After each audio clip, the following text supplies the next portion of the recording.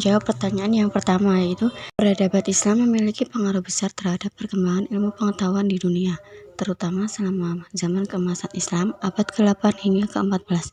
Pada masa ini, dunia Islam menjadi pusat ilmu pengetahuan dan budaya, di mana para cendekiawan Muslim tidak hanya menerjemahkan karya-karya klasik Yunani, Romawi, dan Persia ke dalam bahasa Arab, tetapi juga mengembangkan berbagai disiplin ilmu seperti matematika, astronomi, kedokteran, filsafat, dan kimia.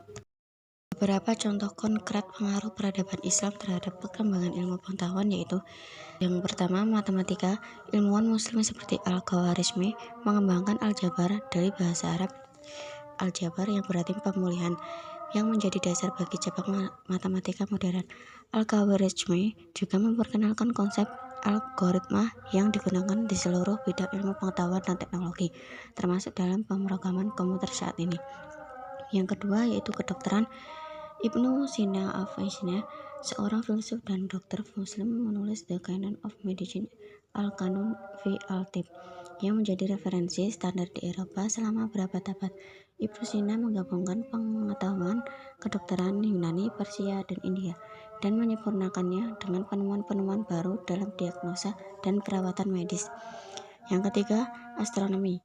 Al-Binuri dan Al-Farghani merupakan dua astronom Muslim terkenal yang memberikan kontribusi besar terhadap pemahaman tentang gerakan planet dan penentuan ukuran bumi.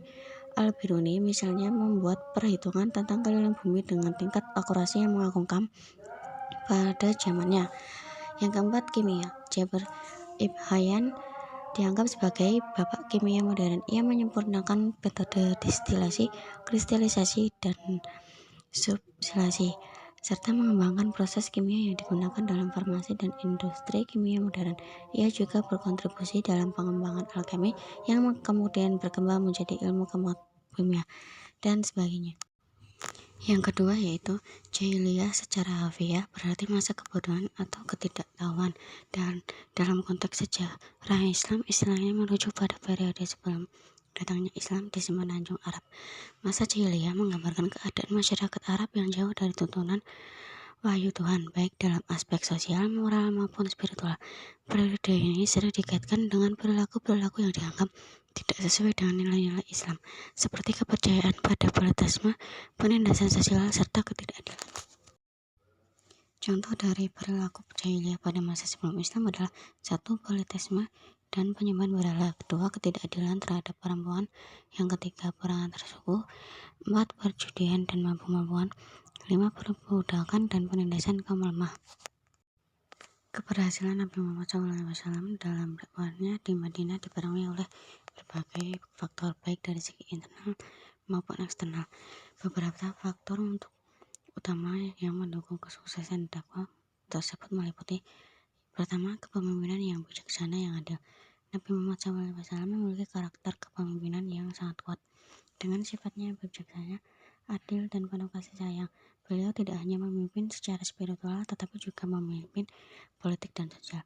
Kepemimpinan yang mengayomi seluruh lapisan masyarakat, baik kaum muslim maupun non-muslim, membuat beliau dihormati dan diikuti oleh penduduk Madinah. Yang kedua, pembentukan Piagam Madinah. Piagam Madinah atau Mitsaq al-Madinah merupakan salah satu strategi utama Nabi Muhammad dalam mengatur kehidupan sosial dan politik di Madinah. Piagam ini mengatur hubungan antara berbagai suku dan golongan di Madinah, baik muslim maupun non-muslim, untuk hidup berdampingan secara damai dan bekerja sama. Dokumen ini menciptakan stabilitas politik dan sosial di Madinah serta mencegah konflik antar kelompok. Yang tiga, penerimaan oleh kaum Ansor. Penduduk Madinah, khususnya kaum Ansor, menerima Nabi Muhammad dengan tangan terbuka dan siap membantu perjuangan dakwah Islam.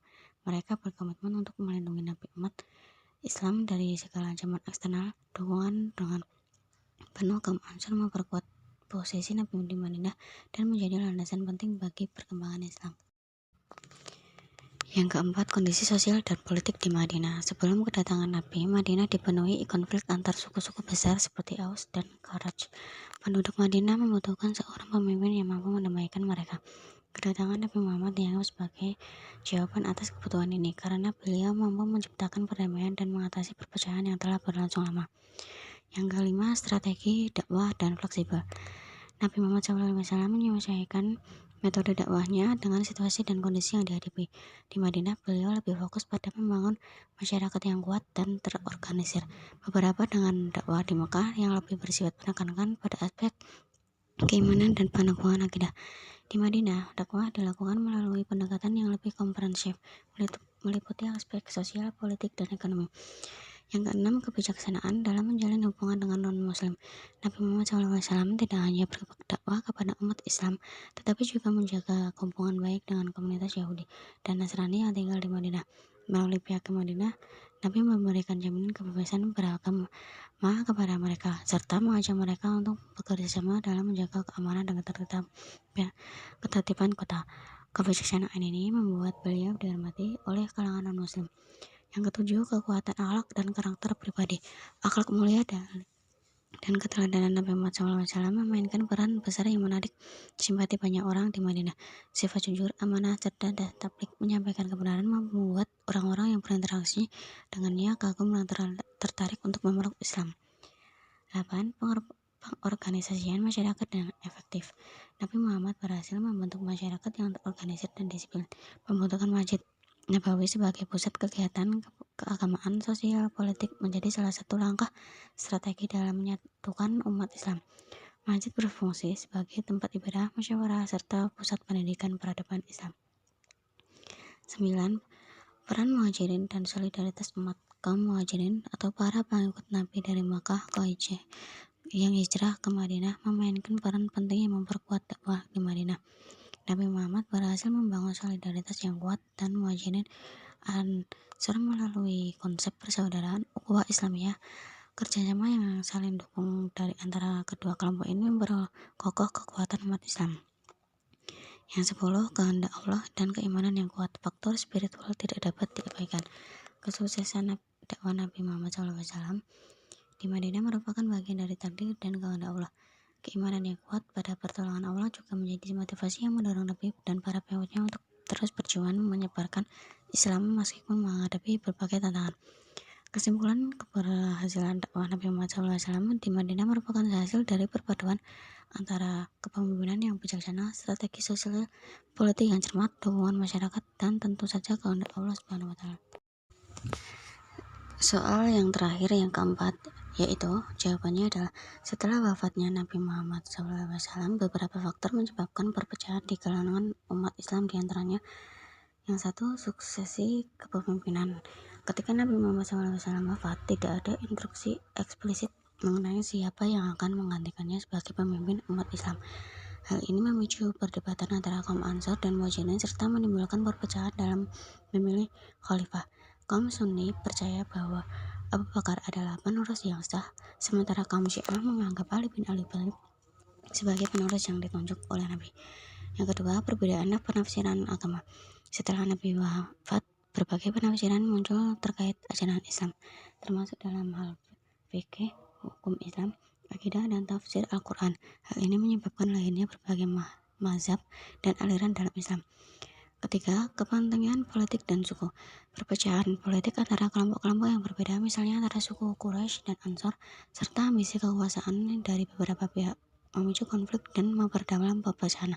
Dinasti Umayyah dan Abbasiyah adalah contoh perpecahan politik yang melibatkan aspek agama dan kekuasaan.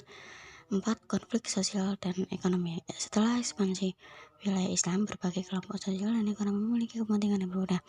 Konflik yang antara elit penguasa dan rakyat biasa sering kali memicu ketegangan dan kemudian meluas ke perpecahan agama. 5. Perang saudara. Perang saudara Islam pertama, fitnah antara pendukung Ali bin Abi Thalib dan Muawiyah bin Abu Sufyan, memperburuk perpecahan di kalangan umat Islam. Perang ini mengkristalkan perbedaan pandangan politik dan agama yang terus berkelanjutan hingga saat ini. Faktor-faktor ini berperan penting dalam memicu perpecahan dan munculnya berbagai sekte serta aliran dalam Islam setelah wafatnya Nabi Muhammad SAW.